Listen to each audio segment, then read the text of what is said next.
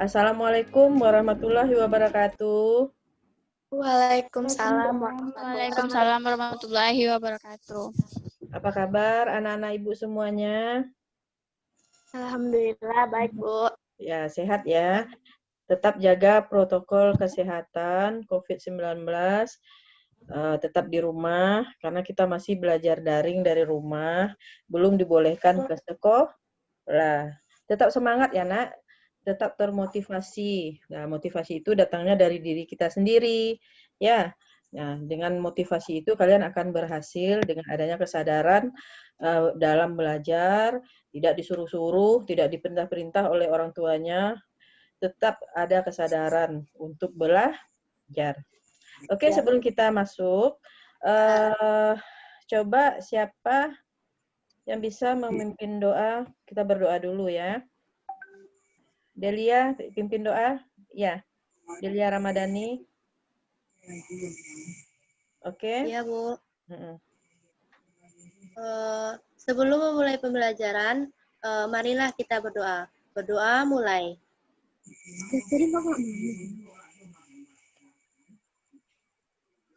Berdoa selesai. Oke, anak-anak Ibu. Untuk absensi, Ibu kirim linknya di Google Classroom ya. Nanti seperti biasa, anak Ibu isi link tersebut. Nah, materi kita hari ini adalah lanjutan dari KD 3.1, yaitu KD 3.2, kebijakan pengelolaan keuangan. Oke. Jadi untuk materi hari ini, kita akan mempelajari kebijakan pengelolaan keuangan. Nah, bisa dilihat ya, KD yang ada di pada materi ini ada 2 KD yang saling berkaitan. Yang pertama, KD pengetahuan memahami kebijakan pengelolaan keuangan.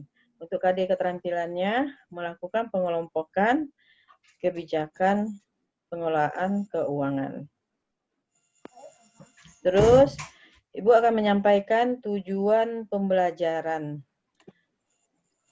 Tujuan pembelajaran pada KD 3.2 ini, setelah mempelajari materi ini, peserta didik atau Ananda bisa memahami kebijakan pengelolaan keuangan serta mendefinisikan kebijakan pengelolaan keuangan dengan mengembangkan sikap kemandirian, jujur, percaya diri, teliti, dan penuh tanggung jawab. Kemudian indikator pembelajaran yang akan kita bahas pada materi ini adalah yang pertama, pengertian kebijakan pengelolaan keuangan.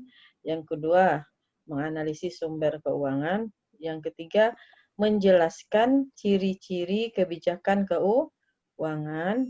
Yang keempat, menjelaskan maksud dan tujuan kebijakan keuangan. Nah, sekarang kita lihat bersama apa itu definisi kebijakan pengelolaan keuangan. Nah, bisa dilihat? Bisa, Bu. Bentar ya, Ibu besarkan dulu.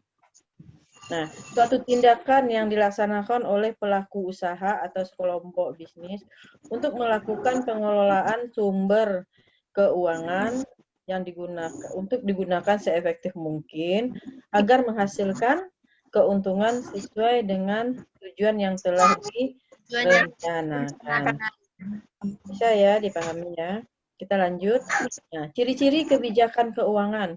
Yang pertama, kebijakan keuangan dibuat oleh semua pihak yang terkait pada organisasi. Jadi pihak yang terkait dalam hal keuangan, dia bisa atau boleh membuat kebijakan keuangan di perusahaannya.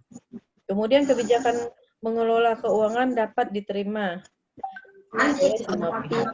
Setelah dibuat kebijakan keuangan, apa yang dibuat itu bisa diterima oleh semua pihak, maksudnya baik itu oleh atasannya ataupun oleh bawahan. Jadi semua pihak bisa menerima kebijakan tersebut. Yang selanjutnya, kebijakan pengelolaan keuangan tidak merugikan organisasi. Ini pasti ya. Jadi jangan sampai organisasi rugi dengan kebijakan yang kita susun ya.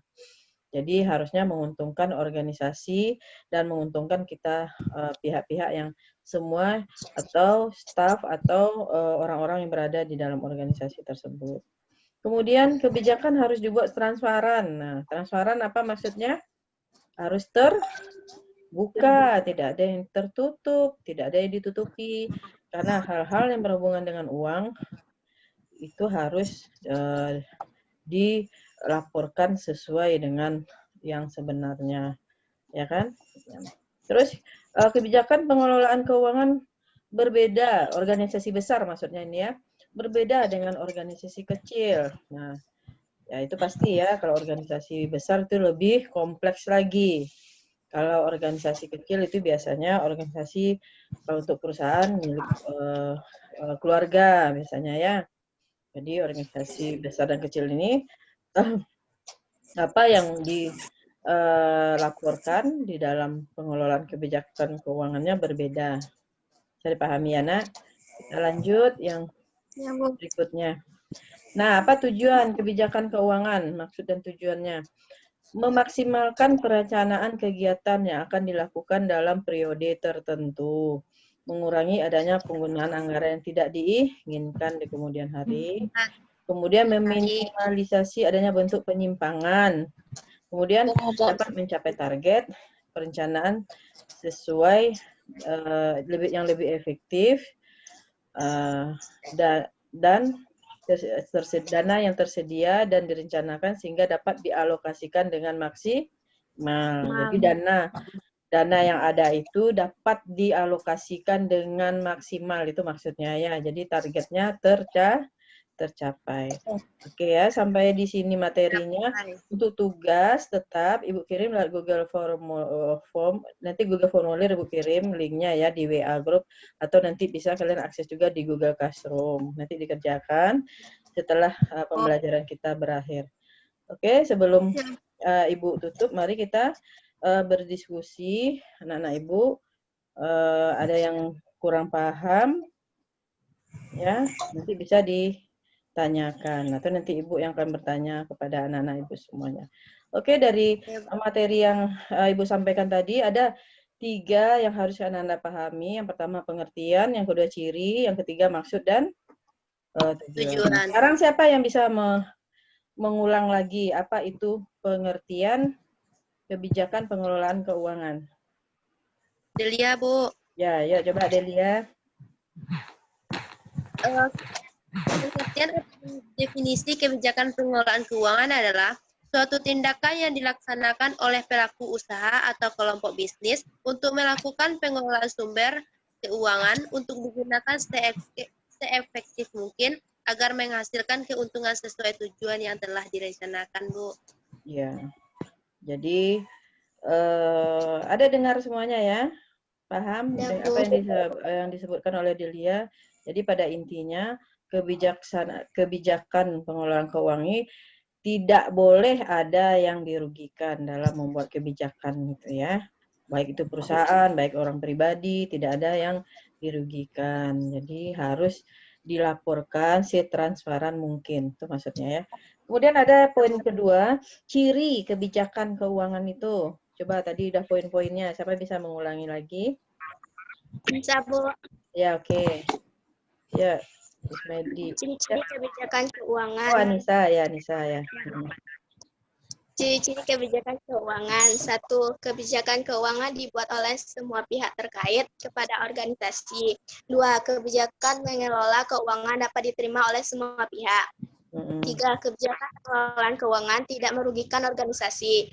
4. Kebijakan harus dibuat transparan dan benar-benar untuk memecahkan masalah dalam instansi.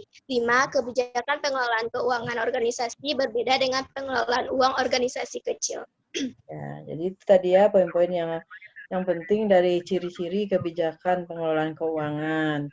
Ya, jadi intinya apa yang menjadi ciri dari kebijakan tersebut, apa yang dibuat oleh perusahaan dalam kebijakan tersebut, intinya tidak boleh Tidak boleh merugikan kedua belah pihak. Tidak boleh ada yang ditutup-tutupi itu ya, seperti itu ya. Jadi sampai di sini paham ya untuk 2 poin tadi. Coba yang ketiga tadi poinnya maksud dan tujuan. Siapa bisa menyebutkan lagi? Dewi, Bu. Ya, coba Mas Medi. Memaksimalkan perencanaan kebijakan yang akan digunakan dalam periode tertentu. 2. Mengurangi adanya pengumuman yang tidak diinginkan kemudian hari. Ya, jadi itu tujuannya ya, manfaat dan tujuan kebijakan keuangan. Oke ya, Ananda. Dari 3 poin tadi yang sudah dijelaskan, yang sudah kita bahas bersama, apakah Ananda paham? Paham, Bu? Paham ya, mudah ya, karena ini kita masih bersifat teori ya. Mungkin untuk semester 2 nanti baru kita masuk ke hitungan laporan keuangan ya. Oke. Untuk materi hari ini bisa kita simpulkan, yuk kita simpulkan bersama-sama. Saran dan benar-benar untuk memecahkan masalah dalam inflasi. Ya, dan kelima, kebijakan keuangan organisasi berbeda dengan pengelolaan keuangan organisasi kecil. Jadi bisa disimpulkan ya, intinya organisasi besar, cirinya ya, itu ada ciri tersendiri ya, besar dan kecil itu pasti berbeda. Terus kita simpulkan yang ketiga tadi, manfaatnya. Siapa yang bisa menyimpulkan?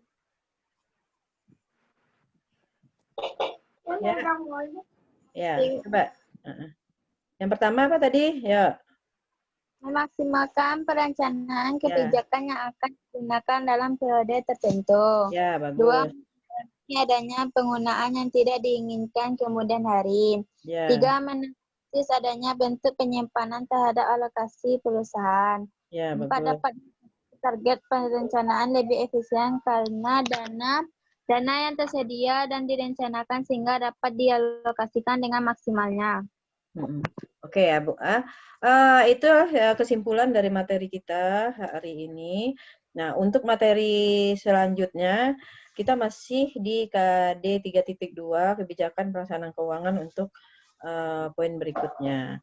Akhirnya Ibu sampai di sini pembelajaran kita untuk hari ini. Jangan lupa Ananda masuk ke Google Classroom mengerjakan tugas. Oke. Assalamualaikum warahmatullahi wabarakatuh. Waalaikumsalam warahmatullahi wabarakatuh.